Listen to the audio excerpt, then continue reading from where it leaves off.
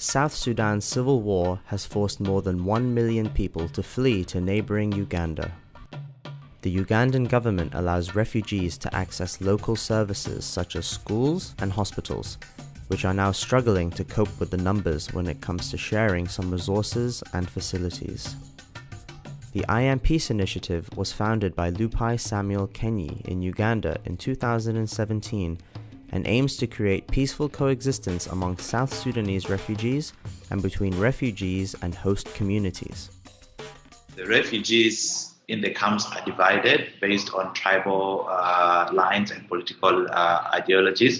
And so those differences sometimes create some kind of tension. I remember in 2014 and then 2016, there were cases of refugees fighting each other and cases of some people even getting killed in the refugee camps just because of differences in tribal mindset.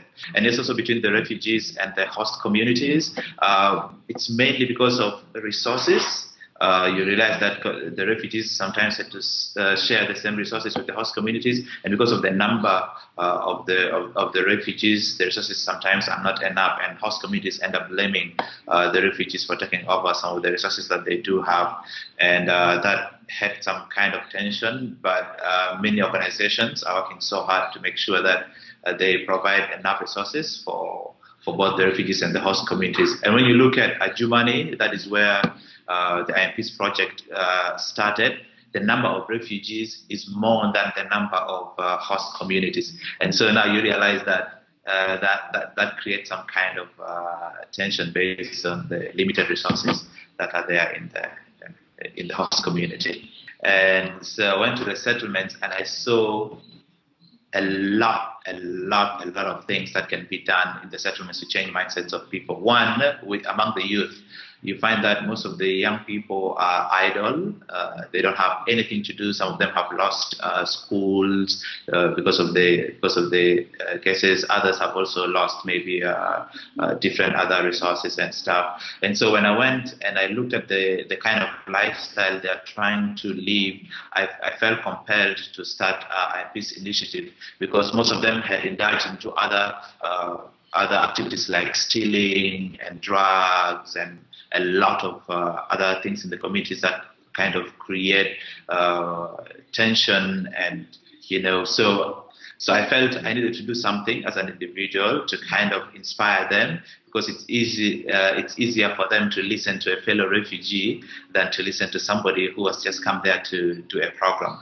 And so when I talked to them through the radio, there's a community radio that I worked in.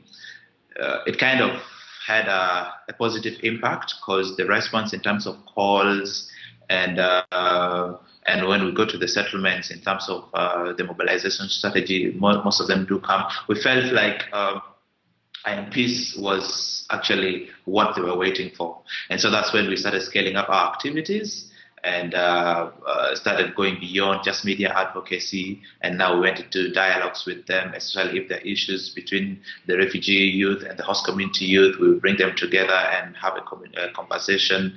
And so it kind of had an impact. And that's really the biggest thing that inspired us to keep scaling up our work and continue doing more. Lupai is motivated by his passion to eradicate divisions based on gender, tribal, and political affiliations. He and his team believe that one day, South Sudanese and Africans will learn to coexist peacefully through media advocacy and skills or talent training. So in total, we're about 15 members now. But there is also volunteers, and we have also expanded. Now we are in South Sudan as well, still using the same mechanism. So in South Sudan, there are 4 members in South Sudan, but we also have ambassadors in South Sudan as well. So the activities are a little bit different from the settlements, but there are also some kind of similarities. So we here in South Sudan focus mainly on training. Where we train people on prejudice awareness and also try to teach them on how to break cycle of socialization, and basically peace building. Yeah, that's what we do here. we do have the dialogues. So there are some dialogues we organize when we hear of tensions happening in that particular refugee settlement, because in Germany alone there are about 20 refugee settlements. And so each settlement has a different issue. And so if we learn of a growing tension in a particular settlement, that's when we organize for a dialogue before anything happens, because we will mainly work on conflict prevention and peace building. But then there's other activities that we do also organize, like sporting activities, just to create a platform for people from different backgrounds to come together and interact and learn from each other. And so we organize those events based on circumstances, but we also do have our planned action plan for our programming. Lupai believes community dialogue is an effective way to bring people together and to learn from each other.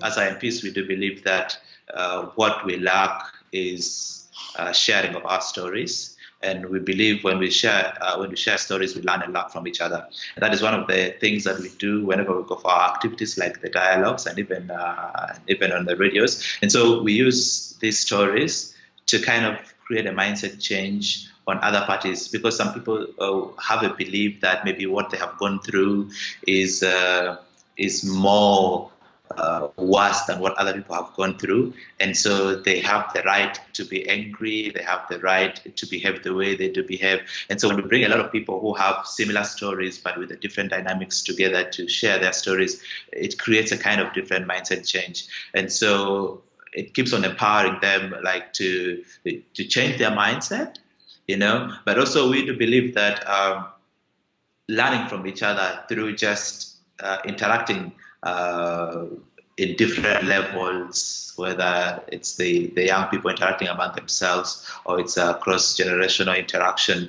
there's a lot to learn from each other. And so these approaches are the ones that create a mindset change among the young people, and they start to look at things differently from how they've been previously looking at things. And also we also do talent search. there are a lot of young people who are so idle, and they have a lot of talent, especially in entertainment, music, and sports. And they now end up using the talent they do have, to kind of get away from their idle mindset and try to keep themselves busy by going for training. And that takes them away from, always thinking about conflicts and thinking about things that might not be so productive in the society. The government of South Sudan and Uganda seem not to have done enough when it comes to youth empowerment, but Lupai sees a shift in a positive trend. Initially, no. But I see a shift. I see a shift in the way they now try to handle, because a lot of young people have become so aggressive, and you realize that most of the initiatives and programs are spearheaded by young people, and so now they really see the need to keep empowering the young people and giving them more skills and resources to keep pushing their work. And I see a kind of shift in how young people are being involved both in Uganda and in South Sudan.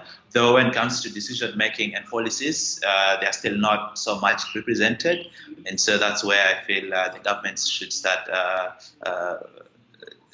putting in the efforts of the youth in also policy and other processes in the country.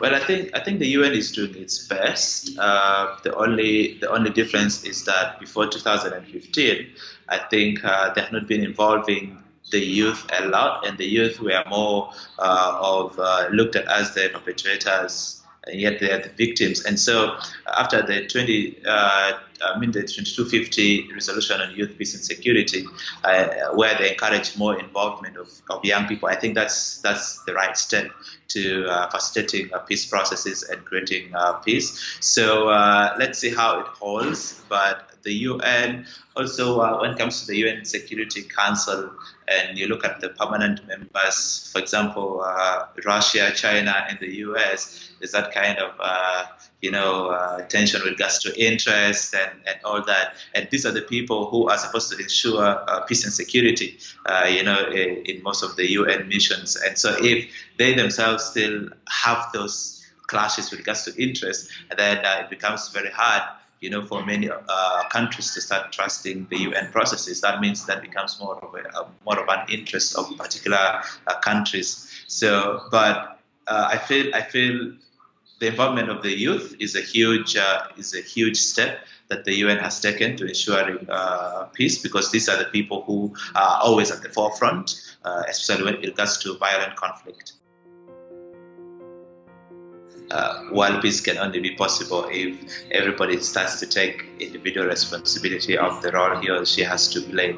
So with the kind of differences in different mindset, different interests, issues of world peace is far from possible, but it can only be possible if countries take individual responsibilities to ensure peace in their own countries. So before you go and meddle in another country's affairs, if you can put your house together, I think it can only be possible. But right now, it's still far from being possible. Everyone has a responsibility to play, but then people have to invest in the power of the youth, because the youth are the people who are always in the forefront in every aspect, in whatever everyone is doing. So whether the international organizations, governments, they should always value and invest in the young people as early as possible.